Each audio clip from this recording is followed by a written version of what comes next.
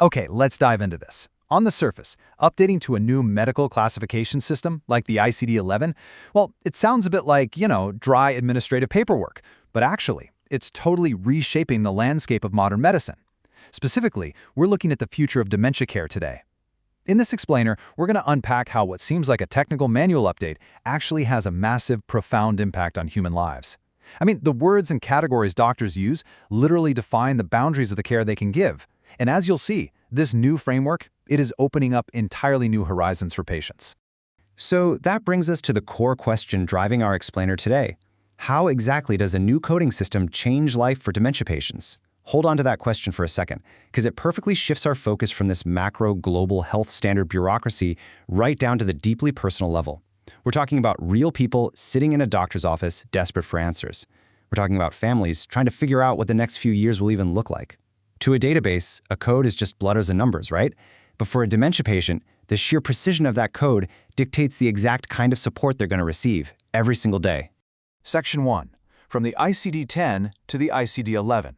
And this brilliantly illustrates the big shift. To understand where we're going, we really have to look at where we've been. The older system, the ICD-10, it often forced doctors to just lump these incredibly complex conditions under broad kind of generic umbrellas. But the ICD-11, it's a fundamental game changer. It offers this much more detailed differentiation between various subtypes of dementia. It finally acknowledges that dementia isn't just one monolithic condition, it's a massive complex spectrum. This update captures literally years of clinical breakthroughs, giving doctors a beautifully nuanced view of these distinct pathways. Section 2. A more precise diagnosis. Let's move to and see how this builds together. Because think about it, what happens when you give a doctor a much more detailed map of a disease? You get a direct cause and effect clinical pathway. Step 1 is that detailed differentiation we just talked about, courtesy of the ICD-11. That naturally flows right into Step 2, the precise diagnosis. This is where the physician matches the patient's specific symptoms to highly nuanced criteria. And finally, that unlocks Step 3, tailored treatment. Since the medical team knows exactly what they're dealing with, they can design a highly customized care plan. It's literally a direct chain of action, straight from the pages of a medical manual right to the patient's bedside. Section 3. Better quality of life and support. So the crucial point is that while the clinical mechanics are really fascinating, it's the human impact that actually matters. This nuanced system creates this incredible web of support that extends way beyond the hospital. It mainly benefits three distinct groups. First, the patients themselves. Second, the healthcare staff tasked with managing the disease. And third, the relatives, the family members who are living with the realities of this condition day in and day out. Let's look a little closer at how this granular diagnostic tool transforms the lives of each of these three groups.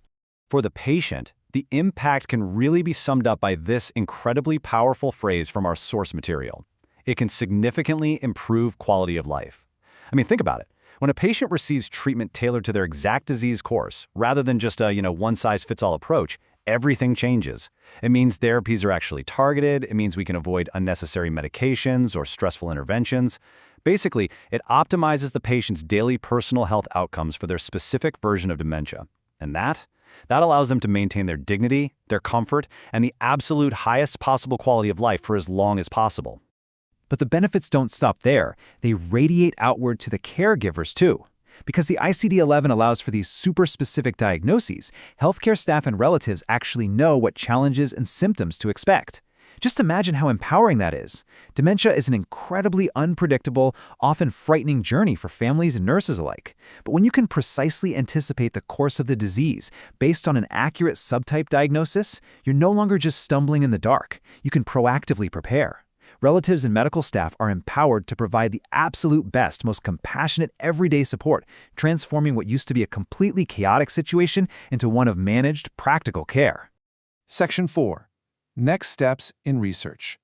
Now, what's really interesting about this slide is where it leaves us moving forward. We've seen how powerful the shift to the ICD-11 is on a conceptual level, but to really, truly grasp it, you have to look at the specifics. So, I want to leave you with a question. Would you like to hear more about a specific type of dementia and exactly how it's described differently in these two systems? Really think about it. Which specific condition should we unpack next time? The medical world is evolving so fast right now, and understanding these exact descriptions is literally the key to unlocking the future of care. Thank you so much for learning with me today, and I absolutely can't wait to explore more of these vital topics with you in our next explainer.